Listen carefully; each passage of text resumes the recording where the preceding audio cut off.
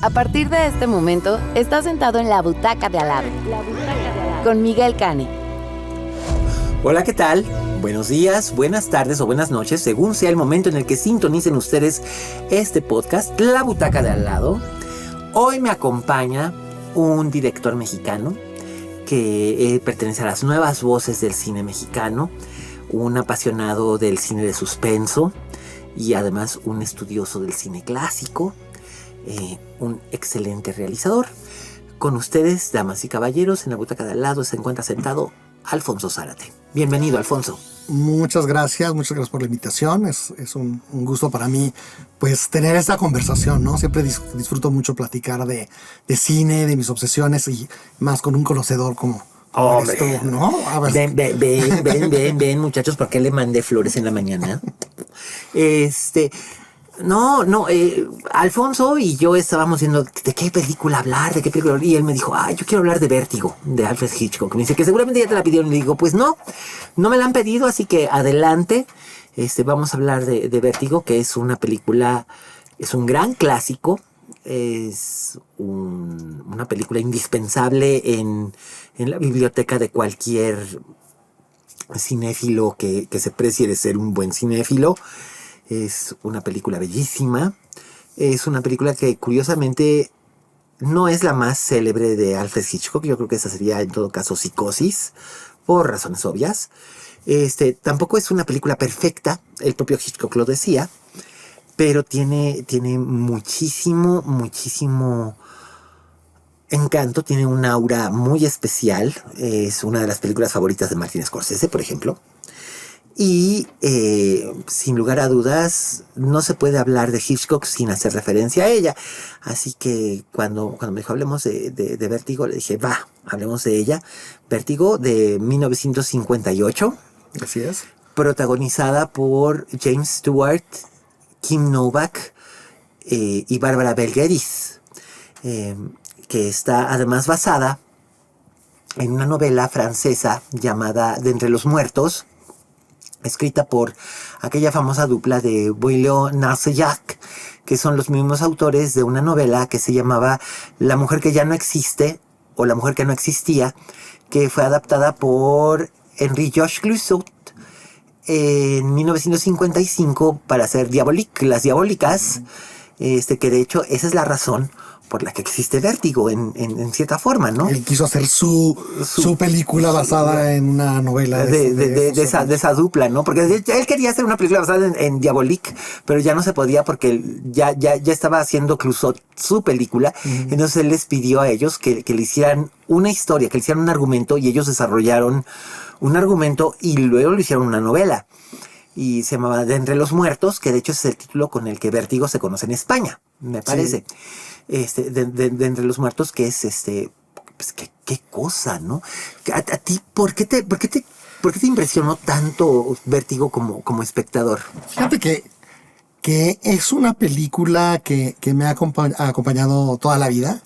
Es una película que mira, cuando salió, uh-huh, le fue más o menos, ¿no? Es verdad, no fue el éxito de taquilla al que la gente el propio Hitchcock estaba acostumbrado. Así es, fue considerado un fracaso comercial y sí, inclusive con la crítica no era así como...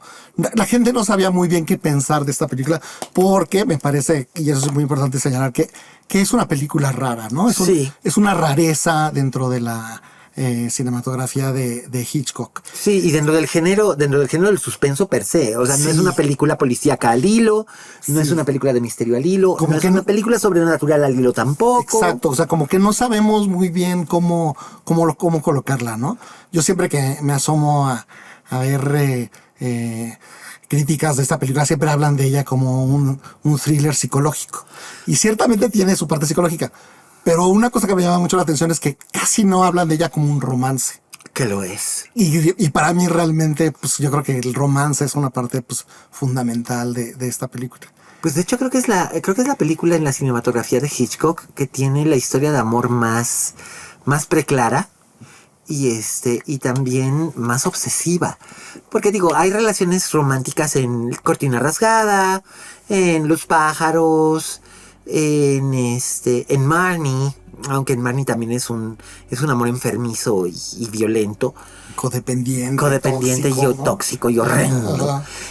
Algo que políticamente ya no se aceptaría hoy. La violación, ¿no? Ajá, La violación en la luna de miel, la violación Ajá. marital, ¿no? Sí, De exactamente. que eres mi esposa y me vas a cumplir porque me vas a cumplir. Y órale. Órale. Y órale. Y en Vértigo no está esto, pero en Vértigo sí hay como esta obsesión que le surge al personaje de James Stewart, al personaje de Scotty Ferguson, desde el principio. Y al ver a Madeleine Esther, ¿no? Bueno, eso es parte de lo que, no sé, o sea, te podemos dar un poquito una sinopsis de qué trata. Sí, por favor. Para que los que igual no están familiarizados. Digo, es una película ya clásica, entonces no quisiéramos hacer spoilers. Ya no hay tanto spoiler. Pero ese ha sido como que un tema recurrente en esta mesa. Sí, podemos spoilearlas o no, pero... Pues mira, ya a estas alturas del partido es una película de 1958. Hay gente que me protestó porque una vez dije que Ali Magro se moría muy bonito en la Love Story, que digamos es el ejemplo que cito casi siempre. Y la Love Story es una película de 1970. Y además todo el mundo, quien la haya visto, sabe que esa película, sabes que la chica se muere desde la primera línea de parlamento, que es ¿cómo contaré la historia de una chica de 23 años que murió? Claro. Entonces, no hay spoiler. Bueno, no hay spoiler, pero aquí trataremos de no tener muchos spoilers para que ustedes le entren, porque además está disponible en HBO Max. Claro, eso es interesante, ¿no? Que la puedan descubrir, porque la verdad es que platicar una película no es lo mismo a verla. Entonces, y sobre todo esta película es muy difícil de resumir. Sí, porque funciona como en varios niveles, ¿no? En efecto. Pero así que vete por así como si me la fueras a pichar a mí. Yo soy el Mr. Productor y tú eres y tú eres y tú eres Hitchcock.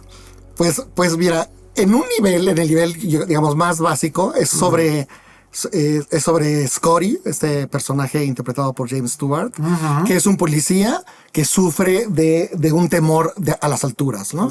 Padece de vértigo por un trauma que le sucede al principio de la película. El mero principio de la película, ¿no? Entonces establecen muy claramente eso. Y entonces está retirado, está un poco sin rumbo, aburrido. Y un amigo de la universidad le habla y lo contrata para que siga a su esposa. Así es. ¿No? Entonces le dice, él no quiere hacerlo, pero finalmente acepta. Pero acepta hasta después de que la ve. Porque Exacto, lo cita en un restaurante, le dice, voy a estar cenando con mi señora. Échale un ojo. Y cuando la ve, pues es Kim Novak, que en 1958 Kim Novak tenía como 23 años o 25 años, una cosa así. Era una mujer jovencísima y una de las grandes bellezas de la pantalla en la historia de Hollywood, ¿no? ¿No? Entonces, bueno, exactamente como lo acabas de decir, ¿no? Entonces le dice, mira, no decidas, vamos a estar en tal restaurante, ve y tú échale un ojo. Y yo creo que sabiendo perfectamente que cuando la vea va a caer flechado, ¿no? Por supuesto. Y es como un relámpago que le sucede a Scotty y pues, ¿no? Pues queda prendado de esta belleza de mujer, ¿no? Sí. Y acepta el trabajo. Y entonces se dedica a seguirla y seguirla. A vigilarla. A vigilarla. Que eso es bien interesante porque hoy por hoy una película así no funcionaría. Que se toman tanto tiempo de seguirla de una manera pausada con esa música tan hipnótica de Bernard Herrmann y seguirla y estarla observando, ¿no? Todas las cosas que va haciendo, ¿no? Entonces la sigue, que va a comprar flores, que le gusta ir a un museo y se queda horas ahí contemplando la pintura de Carlota Valdés. La pintura de Carlota Valdés, ¿no? Y también va a un hotel misterioso y sube a la habitación y se queda ahí también sentada, sola. Sentada, ¿no? Entonces, un poco lo que se va descubriendo es que esta mujer parece estar obsesionada por Carlota Valdés, ¿no? Que es una antepasada suya. Sí, aunque se supone que ella no sabía de la existencia de Carlota Valdés. Entonces ahí como que es lo sobrenatural, tal vez. Tal vez está como una especie como de historia de fantasmas por ahí. Que esta mujer va y Scotty la sigue. Y Scotty se va obsesionando con ella. Así es. Y esto es algo que hay otro personaje que es Mitch, que es la exnovia de Scotty, que es una ilustradora de modas.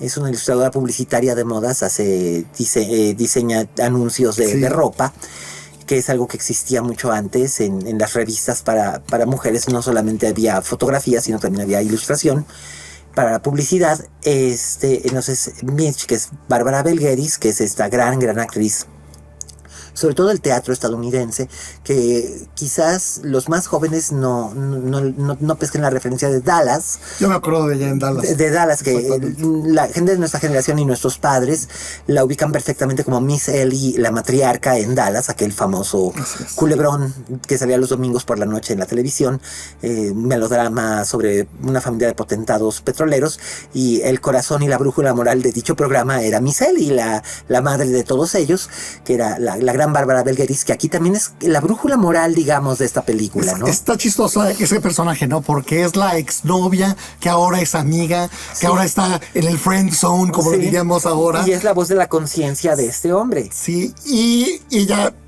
queda muy claro que ella está secretamente enamorada muy obvio, de Scotty, ¿no? Pero, y a ella le toca ver cómo Scotty se va obsesionando cada vez más por... De otra mujer que no es ella. De otra mujer que no es ella, ¿no? Y pues, ni modo, ¿no? Se tiene que aguantar. Entonces, bueno, Scotty la va siguiendo, hasta que un día ella está contemplando viendo el Golden Gate Bridge y se avienta al agua, y entonces él decide rescatarla, ¿no? Así es. Entonces ahí ya se conocen, ¿no? De ser un detective que le está siguiendo, ya la conoce, y empiezan una relación amorosa al principio. Así es, adúltera, porque en realidad se está acostando con la esposa de su amigo, que se supone que es su jefe, que es su jefe, que él, su cliente. Lo contrataron para revisarla. Y bueno, pues es una relación, pues, aparentemente muy amorosa, ¿no? O sea, muy obsesiva. Y él se obsesiona con la idea de rescatarla de estos fantasmas, ¿no? De esta obsesión que ella tiene. De esta obsesión, ¿no? De esta locura, ¿no? O sea, él como que quiere decirle, no es cierto, todo esto está en tu cabeza. No, mira, lo que pasa es que seguramente tienes algunos datos, por eso se te metió esta idea, ¿no? Entonces realmente está obsesionado con la idea de curarla, ¿no? Y curarla, ¿no? Que eso es bien interesante, ¿no? O sea, está jugando con estos papeles del hombre salvador, ¿no? Y yo creo que en esa época se estilaba mucho, se estilaba, ¿no? Y el público estaba como en esa idea es el héroe. Sí, es el héroe, ¿no? Y ella necesita que alguien la rescate, ¿no? Y luego, ahí sí ya no les vamos a echar el spoiler, sucede algo que cambia por completo la jugada a la mitad de la película, y que la convierte en cierta forma, como tú decías, en un referente para decenas o centenas de cineastas alrededor del mundo, ¿no?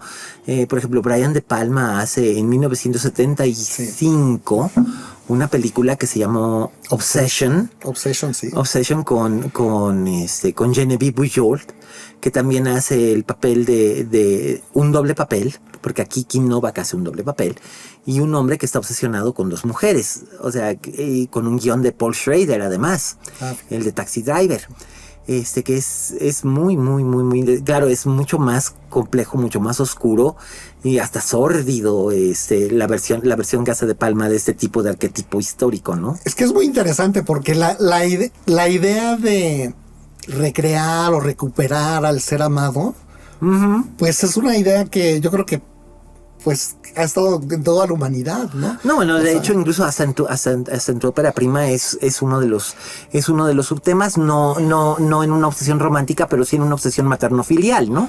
Sí, de hecho, bueno, ahora que lo tocas, la verdad es que Vértigo es una película que me obsesionaba, y cuando quise hacer mi primera película, pues sí lo usamos como referente, ¿no? Y un poco pensamos que no fuera la mujer amada la que desaparece, sino el hijo, ¿no? Así es. Entonces un poco la misma idea de que hay un muerto que de pronto reaparece. Y cómo este extraño milagro trastoca todo, ¿no? Y de pronto dices, ¿es real? ¿No es real? ¿Me estoy volviendo loca? O sea, ¿qué es lo que le está pasando? Entonces como que nos interesaba mucho ese tipo de idea. Mira, yo te diría que inclusive por una película tan distinta como de Tarkovsky, Solaris. Por ejemplo, pues es de alguna manera Vértigo en el espacio. Así es, con la reaparición de la esposa, del astronauta, aparece, pero ahora manifestada por el planeta que está visitando, ¿no? Sí, por este planeta inteligente, que como que puede leerlo, un planeta telépata. Exacto, que lee nuestros sentimientos, nuestros deseos más profundos, ¿no? Así es, y entonces nos los devuelve en cierta forma. También es algo que, ahorita que mencionamos el espacio, también es algo que aparece más o menos en Event Horizon. De Paul W.S. Anderson, que no es Paul Thomas Anderson, pero por eso los dos buscan distinguirse de alguna manera, que también el personaje de Sam Neill, ahí es la doble referencia tanto a Solaris como a Vértigo, ¿no? El personaje de Sam Neill está obsesionado con su esposa muerta y de alguna manera en su viaje al espacio vuelve a encontrarla, ¿no? Sí, entonces yo creo que un poco lo que Hitchcock nos está hablando de... Bueno, sí, y para mí está hablando como de lo enfermizo que puede ser el amor, ¿no? Uh-huh. De que si el ser amado existe realmente o si será una especie de proyección de nuestras propias fantasías, ¿no? Entonces, no nos queda claro. La película juega de una manera muy interesante porque cuando conoce a otra mujer que se le parece a la mujer que perdió, él intenta recrear. Así es, y lo intenta de una manera que hoy en día sería considerada incluso hostil. Completamente. Y casi misógina, ¿no? Sí, y a mí me encanta toda esa sección de la película, ¿no? Porque también es como una metáfora, me parece, de lo que seguramente era Hitchcock como director. Sí. ¿No? Obsesivo en los detalles, controlador. Oh, sí, ¿no? sí. Vístete así, sí, quiero que tu peinado sea así. ¿Cuál es mi motivación? Que Ingrid Bergman se lo dice, ¿no? En alguna ocasión. Le dice, ok, Hitch, pero ¿cuál es mi motivación para hacer esto? Que yo te lo estoy diciendo, my dear. Sí. Entonces, bueno, sí, eso no me queda duda, ya con ese argumento está más que claro. Sí, y Hitchcock siempre fue como un director que, lo platicamos un poquito antes de empezar, ¿no? Como que usaba como sus obsesiones personales en sus películas, ¿no? Siempre están ahí sus obsesiones personales. Las madres sofocantes, uh-huh, casi monstruosas. Bueno, en el caso de Psycho, Mrs. Bates es monstruosa, literalmente es monstruosa. Pero en North by Northwest, en Extraños en un tren. Y luego, por ejemplo, esta obsesión también por un tipo de mujer, ¿no? Sí, esa rubia mítica, inalcanzable, que está ahí desde... Pues yo creo que desde Suspicion, ¿no? Sí. Yo creo que sí, que... Muy bella, perfecta, pero como dices tú, inalcanzable, ¿no? Realmente no la puedes tocar. Sí. No la puedes tocar. Como de porcelana. Exacto. Un poco, ¿no? Es tan perfecta que no te atreves a tocarla, ¿no? Exactamente. O también... Esta obsesión de tenerle miedo a la autoridad, ¿no? Tenerle miedo al... Hitchcock desde niño le tenía un miedo patológico a la policía porque su padre, que era un abarrotero en Londres, lo llevó una vez a la comisaría de su barrio y le pidió al sargento de turno que lo metiera en una celda durante 10 minutos para que el niño supiera. Debió haber tenido como unos 8 o 10 años Hitchcock, para que el niño supiera qué le pasaba a la gente que obraba mal. Y entonces, a partir de entonces, Hitchcock tuvo este pánico de ser injustamente acusado, ser el hombre equivocado, el miedo a la autoridad, y todo esto estas obsesiones convergen de muchas maneras, algunas muy claras y otras muy sutiles, en Vértigo. Así es. También me recuerda mucho a Vértigo, esta idea de Lacan, ¿no? Que decía... Sí. Algo así como, me encanta la frase, se hace muy evocativa, ¿no? Que decía, el amor es dar lo que no tienes a una persona que no existe, ¿no? Lo cual y eso es lo que él hace. Es completamente lacaniano el concepto, pero tienes absolutamente toda la razón. Él fabrica a la mujer que ama, porque en realidad, la mujer que ama, en realidad, no existe. No es un spoiler, pero en realidad es que Madeleine Esther no existe. Exacto, y no existen muchos niveles, ¿no? Porque No, desde que la vemos por primera vez en realidad no existe, no puedo decir por qué, pero en realidad no existe, o sea, es como... él juega mucho con esta toma en lo que lo primero que vemos de Madeleine es su pelo recogido en una espiral. En una espiral en la parte de atrás de su cabeza, tiene el cabello recogido en una espiral. Y de hecho nunca la vemos con el cabello suelto, excepto cuando se tira al agua. Pero de ahí en fuera jamás la vemos con el cabello suelto, la vemos siempre con esta espiral, que es una reproducción de una espiral en el cuadro de Carlota Valdés, que está peinada igual, que al mismo tiempo después él busca replicarlo en Judy Barton, en la otra chica que conoce, que le recuerda a Madeleine, y la obliga a teñirse el cabello y a peinarse igual. Y es esta espiral con la que está jugando, que es la misma espiral que diseñó Saul Bass. Exactamente. En los créditos especiales, que es el ojo de Kim Novak, y en la pupila estamos viendo esta... Me encanta que menciones eso, porque... esta espiral, ¿no? Esa espiral que da vueltas. Vueltas y vueltas al compás de este vals obsesivo de Bernard Herrmann, ¿no? Fíjate que una de las cosas que me gustan mucho de esta película es que creo que nos está hipnotizando. Sí, esa es la idea. ¿No? O sea, que la idea, ese rollo de ver un ojo y ver el espiral y perdernos el espiral y la música tan repetitiva, tan hipnótica, etcétera. O sea, realmente como que está buscando como generar en el público una... Sabes que estás entrando en un mundo, ¿no? Uh-huh. Y esa es otra cosa fascinante para mí de esta película en particular. Sucede en un mundo onírico, ¿no? Sí. O sea, realmente hay una lógica que no es la lógica normal, es la lógica de los sueños.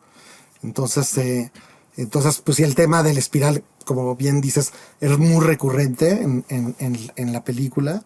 Y también se me hace que ese, cuando habla de vértigo, ¿no? Uh-huh. Y del miedo a las alturas, ¿no? Así es. Eso es interesante, ¿no? Porque el espiral es caer, ¿no? Caer hacia un pozo sin fondo. Hacia un pozo sin fondo. Y yo creo que ahí, por ejemplo, es muy, muy importante recordar que en inglés, ¿no? Dices to fall in love. Así es. Caemos en el amor, ¿no?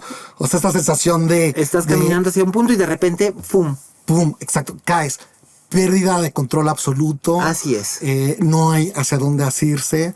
Estás completamente, ¿no? O sea, y también creo que la experiencia del miedo a las alturas, el vértigo, mucha gente lo experimenta también como, no solo el miedo a la altura, sino un poco el miedo a un impulso dentro de uno de echarse.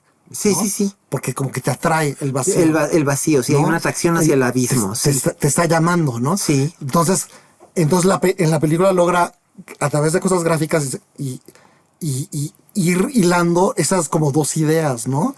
De caer en amor, pero también caer hacia el vacío, caer hacia la locura, ¿no? Caer hacia la muerte misma, ¿no? El descontrol absoluto, la pérdida absoluta de todos tus valores y principios.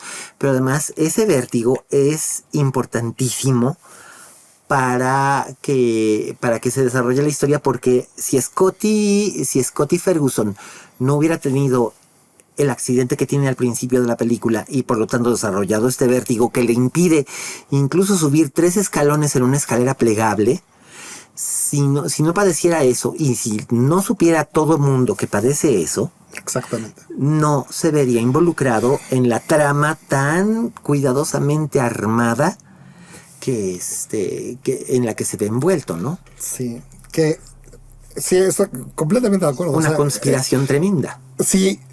Claro, fíjate que yo tengo muchos amigos que cuando les comparto de mi amor por esta película, si no entras en la lógica de la narración, uh-huh, puedes cuestionarlo todo. Uh-huh. Y yo creo que hasta Hitchcock lo sabía, ¿no? Hay entrevistas donde él dice, pues no me gusta tanto la película porque tiene ciertos hoyos en la lógica. Exacto, ¿no? pero si tú no te fijas, no pasa nada.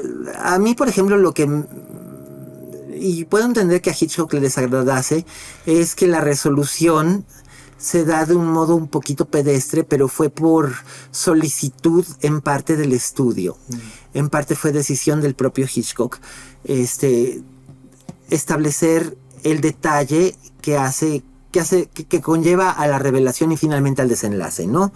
Podríamos haber llegado al mismo desenlace sin necesidad de ese punto de revelación, de explicación, pero es lo mismo que le pasó, por ejemplo, en Psicosis. Psicosis funciona maravillosamente y podría haber funcionado maravillosamente incluso con esa escena final de la mosca, sin que nos tuvieran que poner ese pequeño apéndice en el que te explican, ¿no? Que es más o menos lo mismo, esta confrontación que tiene con Judy Barton en el que él dice, pero es que yo ya sé, y fue así, así, así, así. Y entonces, si hubiera sido igualmente ambiguo, siento que tal vez hubiera funcionado mejor, pero tal vez hubiera ido demasiado a la vanguardia. Exacto, ya hubiera sido David Lynch. Casi, sí. ¿No? Bueno, de hecho, esta es una de las películas favoritas de David Lynch. Y se entiende muy bien por qué, ¿no? Sí, claro, bueno, Twin Peaks está plagada de referencias a Vértigo. O en Mulholland Drive, ¿no? Donde hay dos mujeres que como que parecen intercambiarse. Y que de hecho llega un momento en que se intercambian. Pero por ejemplo en Twin Peaks la prima idéntica de Laura Palmer, que es interpretada por la misma actriz Sheryl Lee, el personaje se llama Madeleine Ferguson. Fíjate. Porque es una mezcla de Madeleine Esther y Scotty Ferguson, exacto. Entonces son estas cosas que son son detalles que uno no va pescando hasta que adquiere cierto bagaje, ¿no? Pero que cuando los descubres dices, ¡qué genial! ¿Cómo no lo había pensado yo antes? Sí. Y además están ahí también otros terrores y otras obsesiones de Hitchcock. Por ejemplo, a Hitchcock le daban pánico las monjas. Fíjate. Sí. Y ahí aparece en el momento crítico. En el momento crítico aparece la monja y es como y dices y tenía que ser, no podía ser de otra manera porque es un simbolismo especial para Hitchcock. Sí. Porque finalmente están violando los mandamientos de la fe católica o de la fe cristiana, están cometiendo adulterio. Entonces no robarás, no mentirás, no matarás. No desearás a la mujer de tu prójimo. Y curiosamente están haciendo absolutamente todo esto, ¿no? No es que Scotty esté robando literalmente, pero en cierta forma está robando. No es que esté mintiendo, pero sí está mintiendo literalmente, pero no nada más él está mintiendo.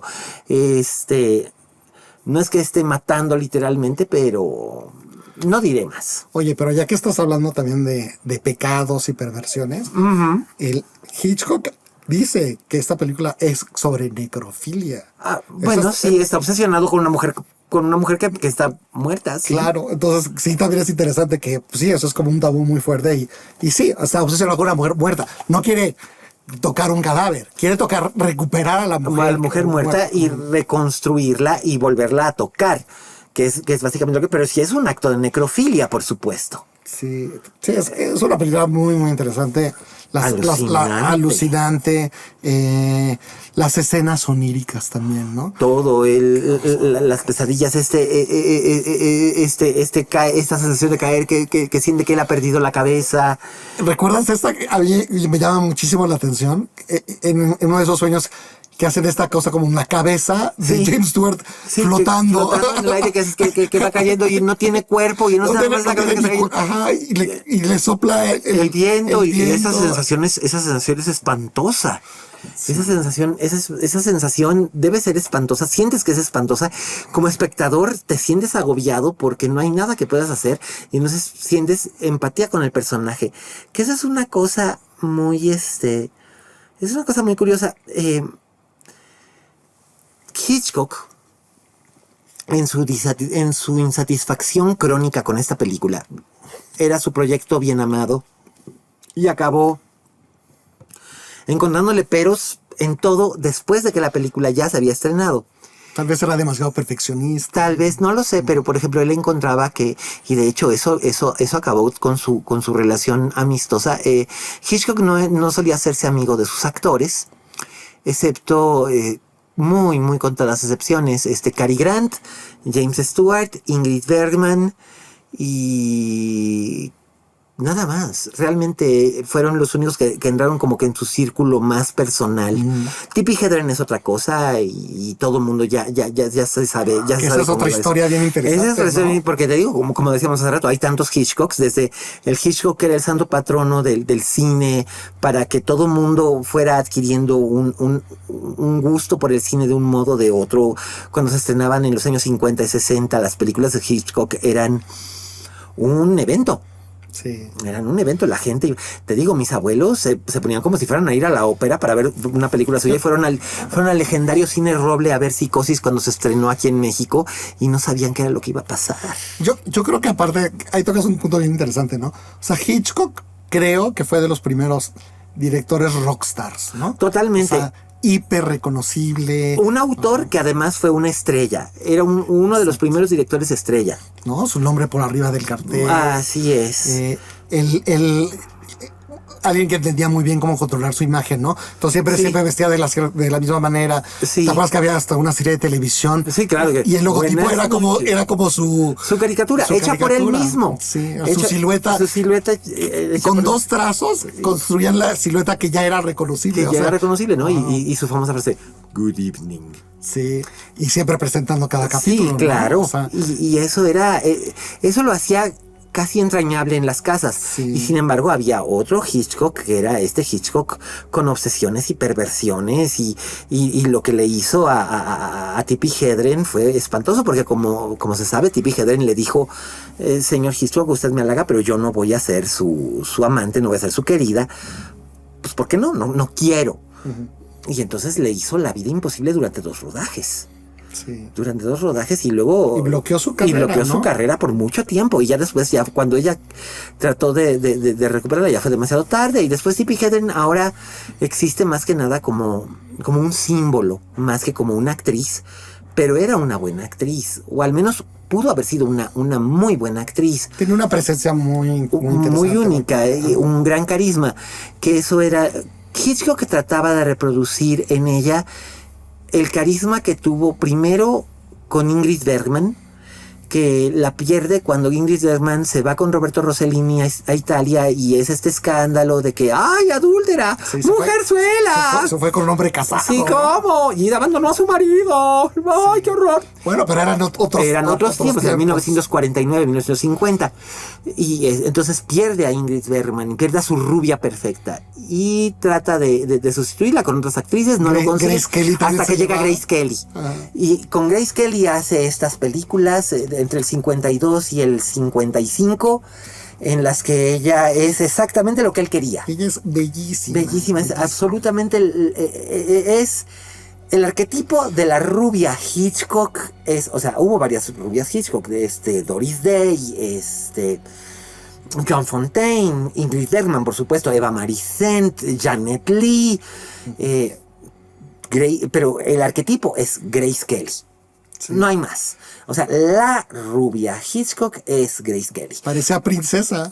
Al punto que se convirtió en princesa. Que por cierto, tú sabías que el padre de... ¿Tú sabes cuánto dio de dote el padre de Grace Kelly para que se casara con el príncipe Reñero, si no había boda? No sé. $2 millones. Así es que no crean que fue tan cuento de hadas como parecía. O sea, sí los tenía. No, el papá de Grace Kelly, claro, era un magnate de la construcción en Filadelfia, que había empezado como albañil. Eso es verdad. Había llegado de Irlanda como albañil y se había convertido en un hombre, en un millonario hecho a sí mismo, un self-made man. Pero él pagó $2 millones para que su hijita se casara con un príncipe. Wow. O sea que no crean que era tan romántico el asunto como ustedes piensan. Pero sí, va y se casa con el príncipe y otra vez lo deja sin rubia. Y entonces es cuando va buscando y piensa que tal vez sean Vera Miles, pero Vera Miles finalmente no le da el ancho, Eva Marisent no le da el ancho, Kim Novak no le da el ancho. ¿Ves? Está buscando recrear un ideal. Y entonces trata de hacerlo con Tippi Hedren, pero con Tippi Hedren la cosa se le sale de las manos. Y ahí tiene que intervenir la propia Alma Reville de un modo muy sutil, pero tiene que intervenir para decirle: ya te controlas, ¿no? Contrólate, porque a esta muchacha, o sea, no le vas a arruinar la vida a esta muchacha. No puedes, o sea, humanamente no puedes. Entonces ya él por fin decide, y entonces ya en sus siguientes películas, su última rubia, por así decirlo, Sus últimas rubias son Karen Black, que trae una peluca, no es una rubia de verdad en Family Plot, y Julie Andrews, que no es exactamente una rubia rubia, es una rubia rojiza en Torn Curtain, en La Cortina Rasgada, con Paul Newman. Que además la película empieza con ellos metidos en la cama, que es la primera escena de cama, abiertamente una escena de cama en la que están los dos metidos en la cama, que hace Hitchcock, y además ahí Hitchcock está haciendo que Paul Newman se lleve a la cama a Mary Poppins, que era un escándalo, ¿no? Estamos hablando que... Qué horror, ¿no? No, pues es que en 1966 Julie Andrews era la estrella de cine más famosa del mundo porque había hecho 2 papeles que eran absoluta bondad y todo lo luminoso, bueno y alegre que hay en el mundo, que eran Mary Poppins y Fräulein María en La novicia rebelde, o Sonrisas y lágrimas. Claro. El musical de Sound of Music. Entonces, pues ahí él dice, como le habían impuesto en Universal que sus protagonistas iban a ser Paul Newman y Julie Andrews porque le garantizaban taquilla, él dijo, perfecto, sí quiero. Sí quiero tal. La primera escena van a estar metidos en la cama. ¿What? Claro. Bueno, pues porque ese era Hitchcock, ¿no? Y ya después ya no hubo rubias Hitchcock, y como que él empezó a hacer a tratar de virar hacia otro tipo de cine que tal vez evocara un poco más el cine que hizo en Inglaterra en la época silente, en los años 20 y principios de los 30, al cine, y rompió con esa época de glamour que inicia cuando David O. Selznick lo trae en 1940 a hacer Rebecca, sobre la novela clásica. Qué buena película es. Sobre la novela clásica de Daphne du Maurier, ¿no? Que ahí está su primera rubia, que es Joan Fontaine, aunque ahí no es una rubia glamorosa, es la rubia tímida y apocada que empieza como que a levantar la cabeza hacia el final de la película, ¿no? Sí, es cierto. Pero ahí como que ya empiezan sus arquetipos, los personajes que él decía, es este glamour, este derroche de producción, estas locaciones, estos escenarios, todo esto, y como que Hitchcock empieza a virar nuevamente hacia el cierre de su carrera con Topaz, con Frenesy y con Family Plot, con Trama Macabra, que le llaman, que en realidad Family Plot, yo creo que las personas que lo iban a traducir al español el título no sabían que Family Plot es el panteón familiar. Ahora que me dijeron, no es como el lote en el cementerio donde es el panteón familiar donde va la familia, ¿no? No, que además aparece uno ahí, que es ahí donde va Barbara Harris, que es también una rubia, pero es una rubia ceniza, no es una rubia glamorosa, es una rubia ceniza que anda en jeans y es una psíquica, es una psíquica que ella no cree que tenga poderes psíquicos, pero resulta ser que sí tiene poderes psíquicos, que eso es lo gracioso de la película, porque es una comedia muy negra. Ella va con su novio taxista a investigar, y encuentran en un cementerio familiar la clave para resolver el misterio de los secuestros y los robos de los diamantes y todo esto, ¿no? Siento que Hitchcock, como te contaba antes de empezar, Hitchcock, la que pudo haber sido la última rubia Hitchcock hubiera sido en La larga noche, el proyecto que dejó sin hacer, lo dejó en preproducción, hubiera sido Lee Bullman, que era la actriz que... De Bergman, ¿no? La diva de Bergman, ¿no? La gran compañera cómplice de Bergman, no musa, cómplice, sí. Compañera, mancuerna de Ingrid. Y que luego se convirtió en directora también. Y gran directora, aquí en Reynosa, es espléndida sí. Directora, incluso llegando a dirigir a Kate Blanchett en teatro y a Jessica Chastain en cine y tal. Sí, o sea, una gran, y además una inmensa actriz. Entonces, siendo que Hitchcock como que sí le pegó eso, ¿no? Mira, ahora sí que Hitchcock hizo tanto cine que... 56 películas ahí nomás. No, o sea, antes de venir el programa estaba viendo el video ese de cuando le dan el premio... El Oscar, el premio AFI, ¿no? Sí, que se lo da Ingrid Bergman, ¿no? Además. Sí, o sea, dices, bueno, y ya se veía grande y pues ya no era tan el Hitchcock que nosotros conocíamos tanto. Pero la verdad es que hizo tanto, tuvo una vida tan plena.